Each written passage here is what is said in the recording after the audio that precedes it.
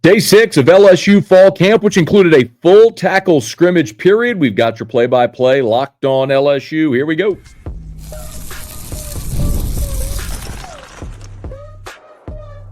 You are Locked On LSU, your daily podcast on the LSU Tigers. Part of the Locked On Podcast Network, your team every day. Okay, let's get it. It is Locked On LSU, your team every day. I'm your host, Matt Moscona. Thanks so much for making us your first listen. We are free, available wherever you get great podcasts, of course, on YouTube as well. So please subscribe. As always, one of the fastest ways to help us grow is by leaving your comments below. So thank you sincerely for that.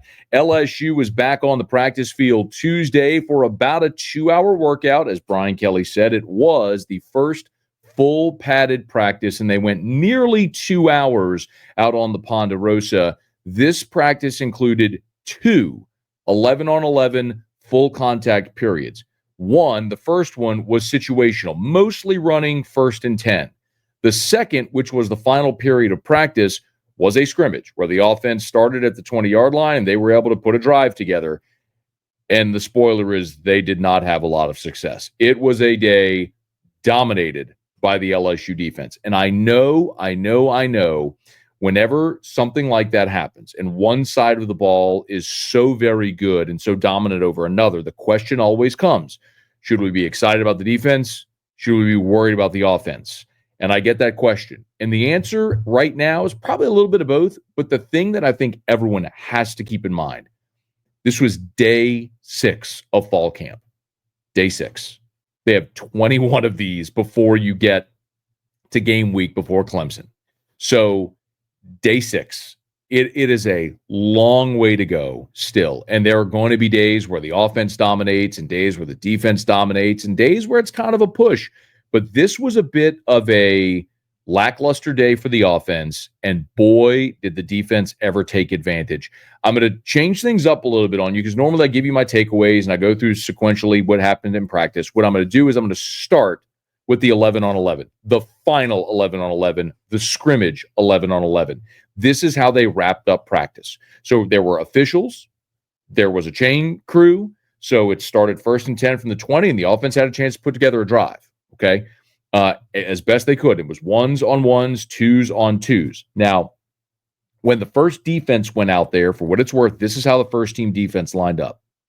Your ends were Jack Pyburn and Gabe Relaford. Your tackles were Dom McKinley and Bernard Gooden. That should come as no surprise. I've been telling you about Bernard Gooden. West and Whit Weeks were your linebackers. Harold Perkins at the star. Mansour Delane, Ashton Stamps were the corners. Tamarcus Cooley and Jordan Gilbert were the starting safeties, but you know my feeling on this. AJ Halsey is going to be a starter before this thing is all over. Anyway, so 1st down and 10, Garrett Nussmeier, 5-yard scramble, but Gabe Relaford was offsides. So it's 1st and 5. They hand off to Caden Durham for a 4-yard run, tackle made by Jack Pyburn. It's 2nd and 1 from the 29-yard line. Caden Durham takes a handoff. Bernard Gooden, boom, 2-yard TFL. It's 2nd and 1. Bernard Gooden, 2-yard TFL. It's 3rd and 3. Boom, sack, drive over. What started promising very quickly went backwards with negative plays. So the offense starts 1st and 10 again. Harlem Berry was the next back up with the 1s, not Kaleb Jackson. Harlem Berry was after Caden Durham. Harlem Berry gets the carry. Dom McKinley, 2-yard TFL, 2nd and 12. They throw a pass over the middle. Nussmeier does to Trades Green. It's there. Hits Trades.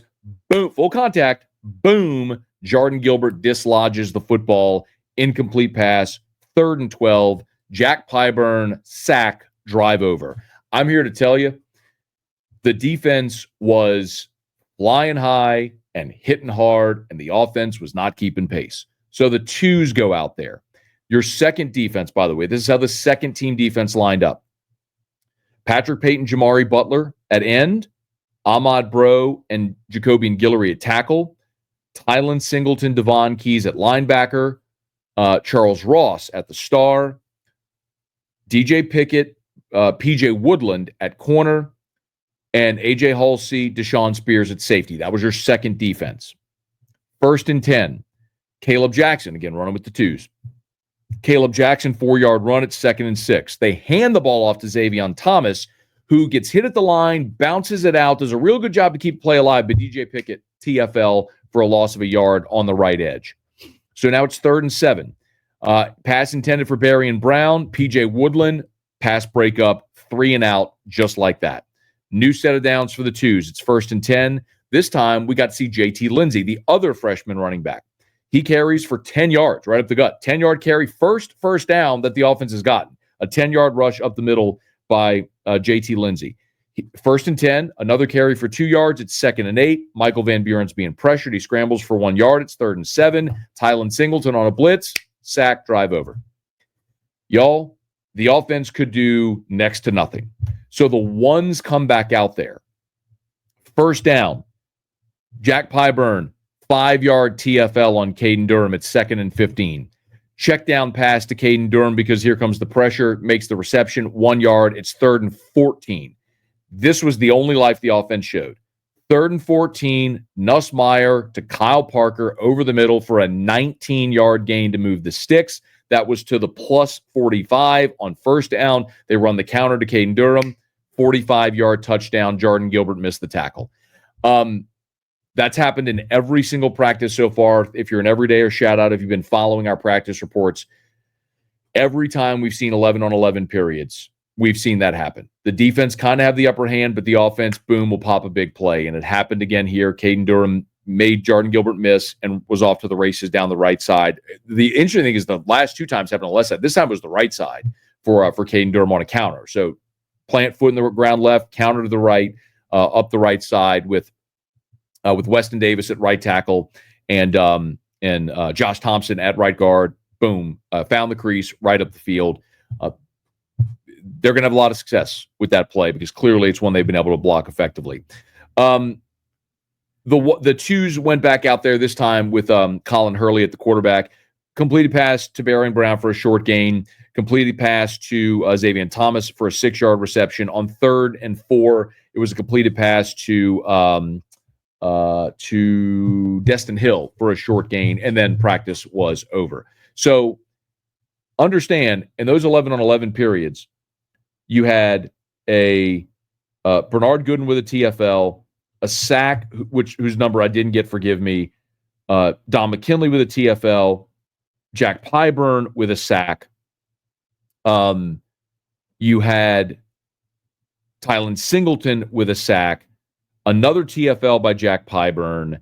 I mean, the defensive front was living in the backfield. And so the question is obvious. Is the offensive line bad, or is the defensive line that good?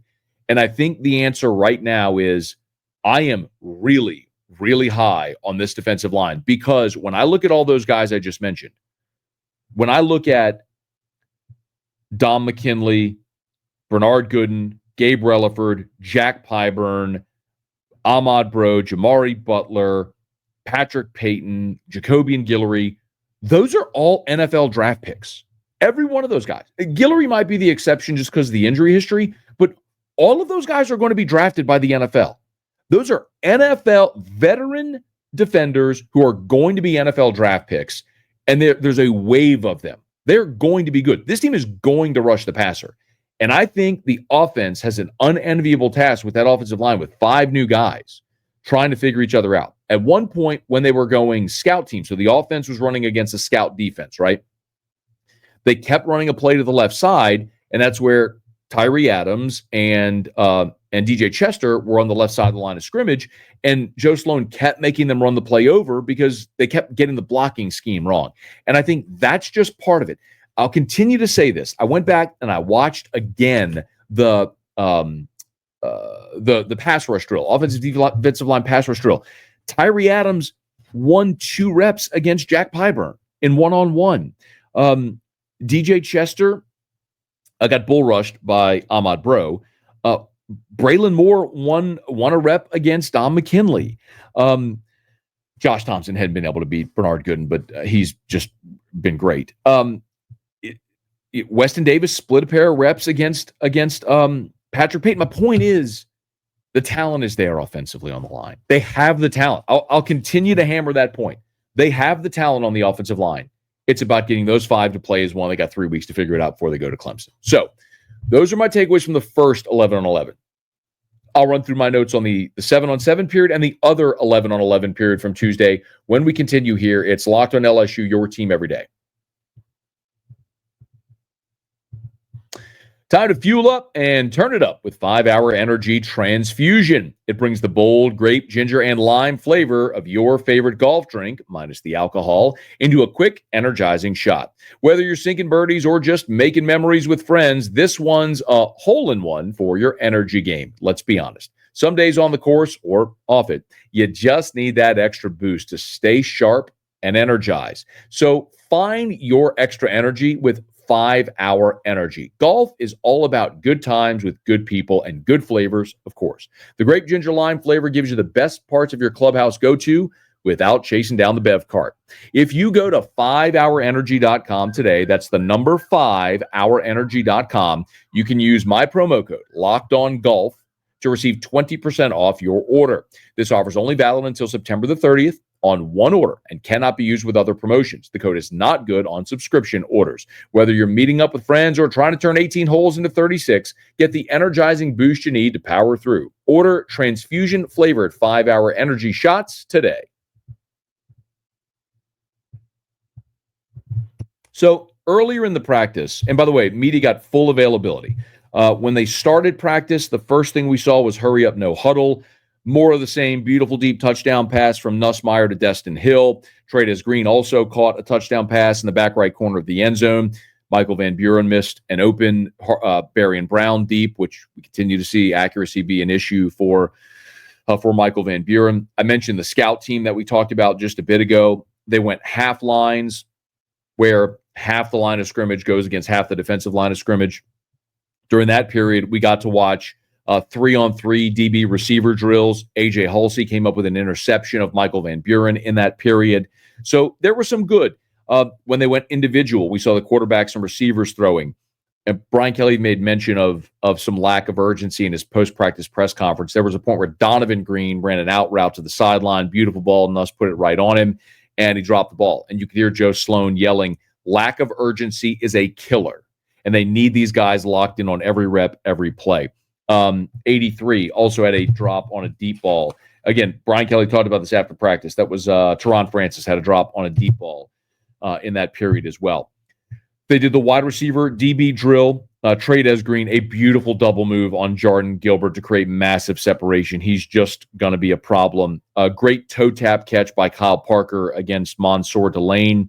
One of the things that is so evident, they are throwing DJ Pickett into the deep end.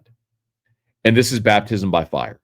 Every time they run this one-on-one drill with the wide receivers and the DBs, DJ Pickett draws the assignment of Chris Hilton. It's 3-on-3. Number 3 on number 3. And I don't think DJ Pickett has won a rep yet. Now, I want to be very clear. That is not a condemnation on DJ Pickett.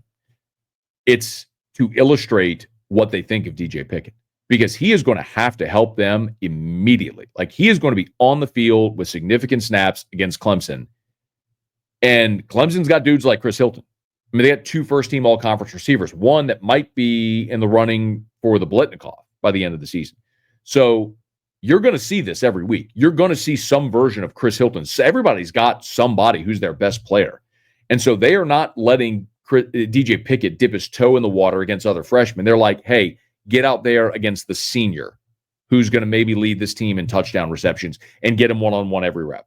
And so they are making DJ Pickett learn with a little baptism by fire. Chris Hilton beat him on 2 reps again on Tuesday. A great catch by Bauer Sharp against A.J. Halsey, a one-handed catch. Berry and Brown dusted Jakeem Jackson on a slant, which was awesome. Jelani Watkins had a great catch. He was being guarded by Deshaun Spears, fought through PI. His jersey was pulled down over his off his shoulder pad because of the PI. Still made the catch, which was great to see. Chris Hilton beat Javen Toviano deep on a pass from Nussmeier. I don't know why Toviano was guarding Chris Hilton, but it was a touchdown for Chris Hilton.